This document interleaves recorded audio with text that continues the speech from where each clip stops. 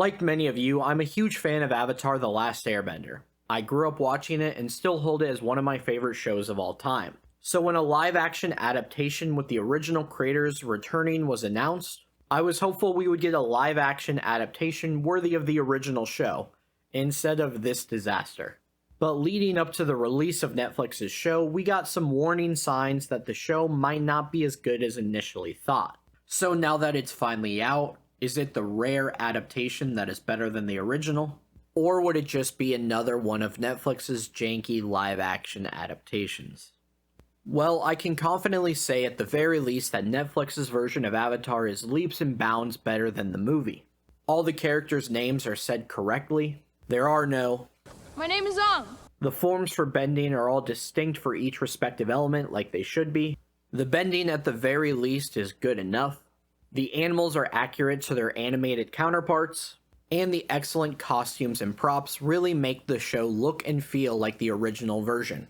With so many things being exactly like the original series, you might expect them to follow the same plot, but that's not true.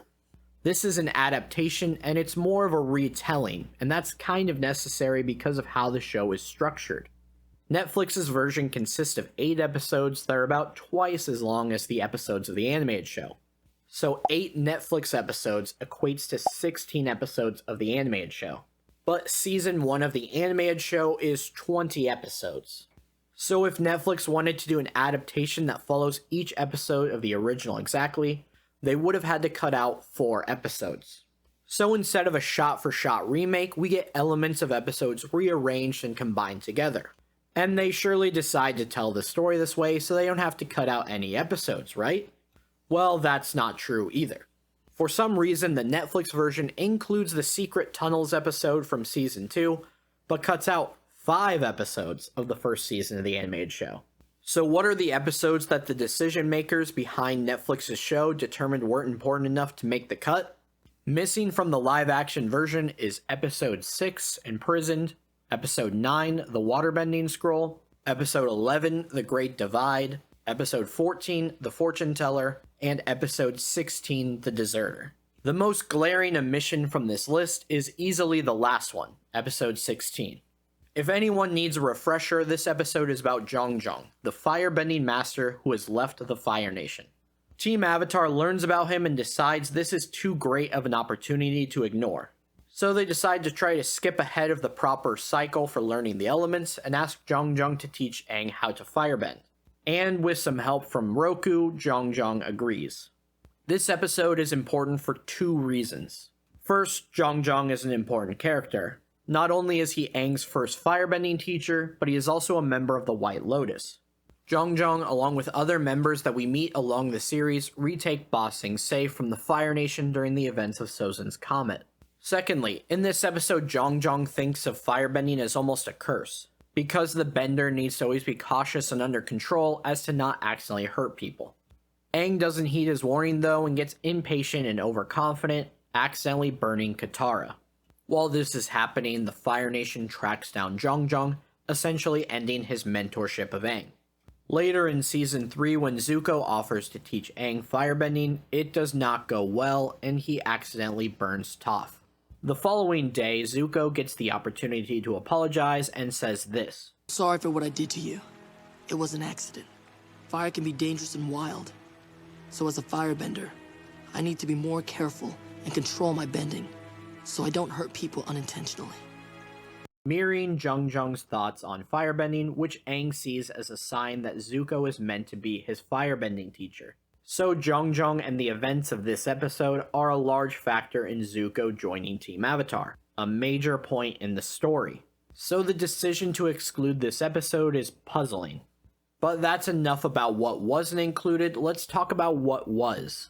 I gave a few examples earlier, but there are a lot of good things in this show. I have a theory that because of the immense popularity of the original show, a lot of the crew was comprised of fans that wanted to do the original show justice. That's why the props and costumes look so accurate, the creatures are spot on and the CGI landscapes are breathtaking, and some of the casting choices are borderline perfect. It really seems like a majority of the crew brought their A game. Unfortunately, not everyone did. There are a few times when the show is just kind of sloppy, like when the Mechanist is talking about the war balloons and says attitude control instead of altitude control. I still need to fix the attitude control. Or when Aang is talking to Ko, and even though nothing has been said to indicate that Ko steals faces if you show emotion in front of him, like in the original show, but Aang still talks in this weird spaced out voice. Do I know you? But only for a little bit, and then he goes back to talking normally. I don't know what you're talking about. All I want is to find my friends. I know some of these are minor things, but it's embarrassing that stuff like this slips through the cracks, and I can spot them on my first watch. There is a certain part of the crew that I haven't talked about yet, and it's arguably the most important part, that being the writing. This season of the show has 8 episodes, and they basically come in pairs. The first 2 follow the first 4 of the animated show pretty closely. Episodes 3 and 4 are both located in Omashu. Episodes 5 and 6 are about Aang and the Water Tribe siblings going to the spirit world, and the consequences that go with that. And finally, the last 2 episodes are about the Northern Water Tribe. Episode 3 is where the show really starts to differentiate from the source material. Once we get to this point, the writers start taking a bunch of different elements from different episodes and rearranging and combining them into just a few episodes of the live action. For example, in episodes 3 and 4, while Team Avatar are in Omashu, we get Jet and his crew, King Bumi and his lessons for Aang, Teo and the Mechanist, Iroh getting captured by the Earth Kingdom, and the secret tunnels. Even with all these elements, the writers do a pretty good job of making the story flow in one coherent plot. And there are even things that the live-action version does better than the original animated show, which is something I have to admit I didn't expect. Like showing the names of the Southern and Northern Water Tribe being Wolf Cove and Agnikella, respectively. The conversation between Iroh and the Earth Kingdom soldier about the siege of Ba Sing Se. Having Zuko's crew be the same division that he unintentionally saved by speaking up in the War Council meeting. And probably the coolest moment in the entire show, Avatar Kyoshi taking over Aang and fending off the Fire Nation from Kyoshi Island. It does seem like because we get this cool scene from Kyoshi, we get way less screen time of Avatar Roku. But that actually might be for the best. Because even though the writers are really good at creating this new story, they don't understand their own characters. When we finally get to Roku in episode 6, we don't get the wise former Avatar that acts as a guide for Aang, almost taking the place of Monk Gyatso. We get this weird scene where he tries to play a joke on Aang, which seems something more like Bumi's character would do. And speaking of Bumi, he's even worse. The Bumis from each respective version are very different. The version of Bumi we get in this Netflix show is a bitter and beaten down king, where we can see that even the royal guards are scared of him. So when Aang shows up to Omashu, Bumi makes sure to guilt trip and remind him about the last 100 years that he missed. Nickelodeon's Bumi is a zany old king who, when he sees his old friend, immediately starts messing with him. There are a few lines that both versions of Bumi say, but the tone is so different between the two. Each version of Bumi gives Aang a series of tests to teach him a lesson. At the climax of live-action Bumi's final test, Bumi has 2 large rocks over Aang and himself. Aang can't hold both rocks, so he's going to have to either save himself or Bumi. This is what Bumi wants though, as he wants to show that sometimes in war you have to make hard choices and sacrifice people that you care about. But then Bumi is immediately proven wrong when Sokka and Katara push him out of the way. This is supposed to be a I can do anything with my friends moment, but Aang never really uses this lesson from Bumi in the rest of the season. Animated Bumi puts Aang through a series of tests to teach him to think outside the box.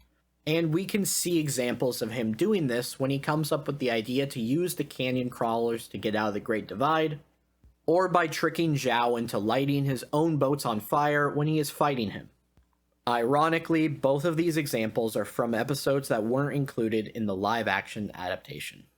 But these are just side characters that only appear in a single episode. What about our main 3 characters? Well, despite having some of the most screen time, these characters are pretty underdeveloped. The writers pick one thing for each character and make sure to bring it up pretty much whenever they possibly can. Aang feels guilty about missing the last 100 years. Katara's mom was killed by the Fire Nation. and Sokka isn't the great warrior that he thought he would be. The worst offender of this is definitely Aang.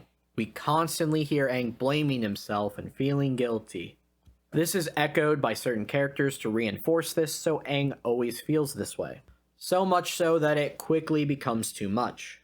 So in episode 5, when Aang finds Monk Gyatso in the spirit world and he tells Aang that he couldn't have done anything if he stayed at the air temple, he would have just got killed too, there's no way to prevent the war, and to let go of the past, I thought to myself, finally, Aang's conscience is cleared, we can move on from his pity party, and he can start to grow as a character, putting the past behind him.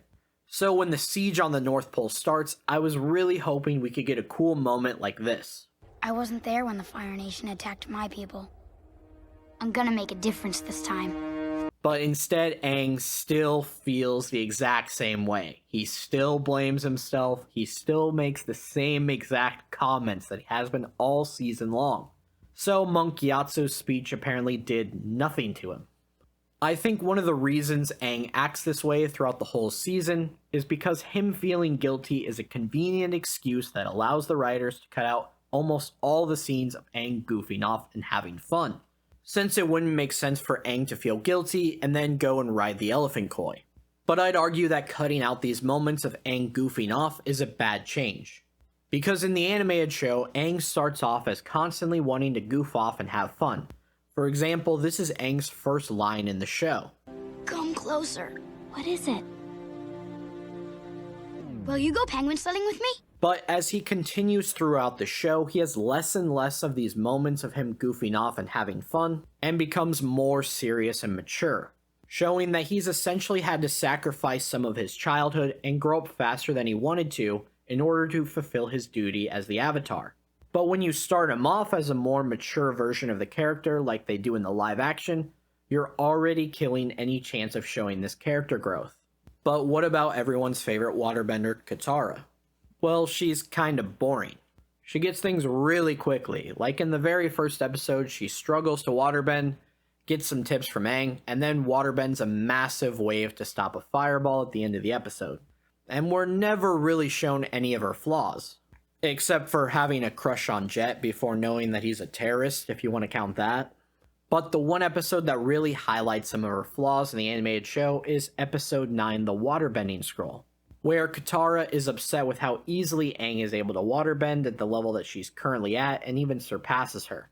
This makes her jealous, so when the group shops for supplies at the market and she notices a waterbending scroll in the possession of some pirates, she steals it, putting the group in danger and showing that she can be a little selfish at times. This episode is not adapted except for the actual waterbending scroll being included in the show, but this time Katara is just given it by Gran. Because we're only shown her good qualities and none of her bad ones, she doesn't really feel like a real character. Finally, we have the last member of our three main characters, Sokka. I actually think Sokka is probably the best written character of Team Avatar.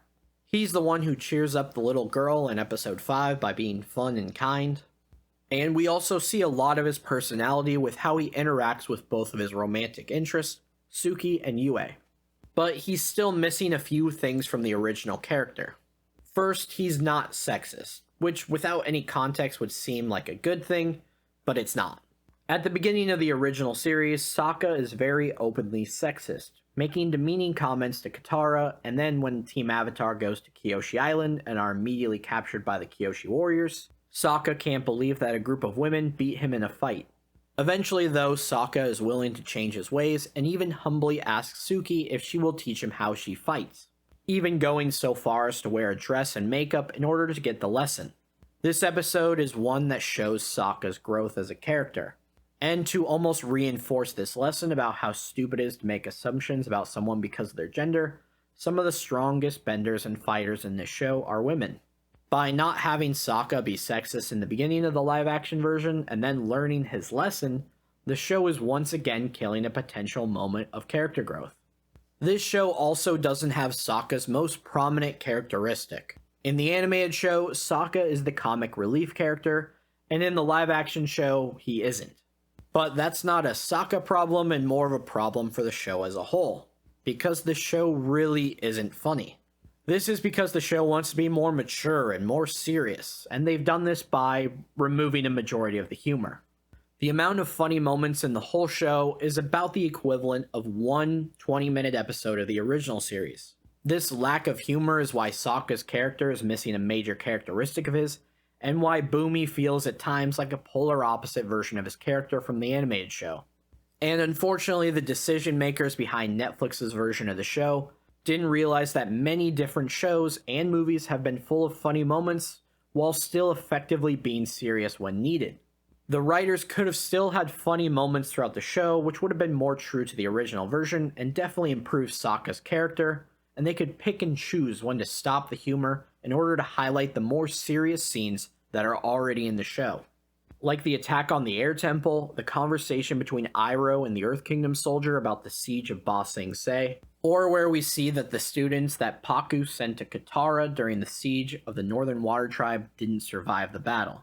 Because these scenes are such a tone shift from what could have been a generally humorous show, these serious moments would stand out even more, effectively making the show still feel adult and serious at times like they wanted to, while still being more true to the original version. It's not all bad though. There are two characters that the writers have pretty much nailed, those being Zuko and Iroh. But I also feel like these were the two characters that the writers had to get right, because Iroh is a lot of fans' favorite character, and Zuko has one of the best redemption arcs ever. And even though they've done a pretty good job with these characters, even making them feel like the Iroh and Zuko we know when they're put in new situations because of the changed plot, I'm still a little bit nervous about the future, because they've already slightly changed the dynamic of the royal family. In the animated show, there's a great moment, which of course has been cut, during the siege of the North Pole, when Aang goes into the spirit world and is defenseless in the physical world. Zuko breaks into the oasis and kidnaps Aang, but gets stuck in a blizzard and has to wait out the storm in a cave. While there, he vents his frustrations to an unconscious Aang. During this, we get this great line from Zuko that perfectly explains the dynamics of the royal family. You're like my sister. Everything always came easy to her. She's a firebending prodigy, and everyone adores her. My father says she was born lucky. He says I was lucky to be born. The version of the royal family in the live-action show is not quite like the animated version, and that worries me a bit, because everything has been carefully planned out for Zuko's story to be this incredible redemption arc. So why not just stick to the blueprint that is already there from the animated show? Unfortunately, when making changes to something that is so universally praised, it's very difficult to improve it, and very easy to make it worse. And from what I've seen from the writers, character-wise, I'm unfortunately leaning towards the latter. I've been pretty critical of the writers so far, but they're not the only ones at fault. The decision makers at Netflix did them no favors, giving them the task of adapting a season that has 20 shorter episodes into 8 longer episodes puts them in a tricky spot. And Avatar is a bit of an unusual show, because there is a large overarching plot of Aang learning to bend the 3 elements that he hasn't mastered yet in order to beat the Fire Nation and end the war that has been going on for the last 100 years, but only about half the episodes are directly related to this plot. The other episodes at first just seem like fun adventures for Team Avatar, but these episodes are just as important, because although they don't advance the plot, we always learn something about either our characters or the world as a whole. So when the writers have to consolidate a whole season into just 8 episodes, they have to focus on progressing through the plot, ultimately getting Aang from his starting point in the Southern Water Tribe to where Team Avatar finishes Season 1 in the Northern Water Tribe. So the episodes that are more character-driven are put on the back burner, and instead of seeing these adventures in the show where we can glean some information about the characters we're supposed to be invested in, we only hear about them from some bar patrons. One thing the decision makers at Netflix could have done to help the show is to give them more money, which sounds absolutely absurd since the show has a reported budget of $120 million. But another episode or 2 would have really helped this season. This would have allowed for the writers to adapt more episodes from the original show, address my main criticism by developing the main characters more, and slow down the breakneck pace that the show is on, improving the season as a whole. You might think with how harsh I've been on the show, I think it's horrible, but that's not the case. I think this show has a ton of positive qualities, but is brought down by some lackluster writing, which makes the show just average. But I see the potential that the show could be. Netflix has a chance to listen to the criticisms of the first season and improve it, since it was just recently announced that the show has been renewed for seasons 2 and 3. This is a pretty critical time for the show because in my opinion, season 1 is the weakest of the 3 seasons, as a lot of the show is devoted to world building and setting up the plot. And season 2 is where we're introduced to some of the best characters of the show, along with a few incredible episodes that are more character driven. So will season 2 of the live action make some of these changes and become the faithful live action adaptation that was originally promised? Or will I be making a part 2 to this video? I guess all we can do is cross our fingers and hope for the best. If you enjoyed the video, make sure to like and subscribe to the channel. When I was making this video, it was tough to get a read on what most people thought of Netflix's adaptation of Avatar. So let me know in the comments down below. Was I being too harsh? Was I being too nice? I'm really curious what you think. Here's a video that the YouTube algorithm picked out just for you. And with all that being said, I'll see you in the next one.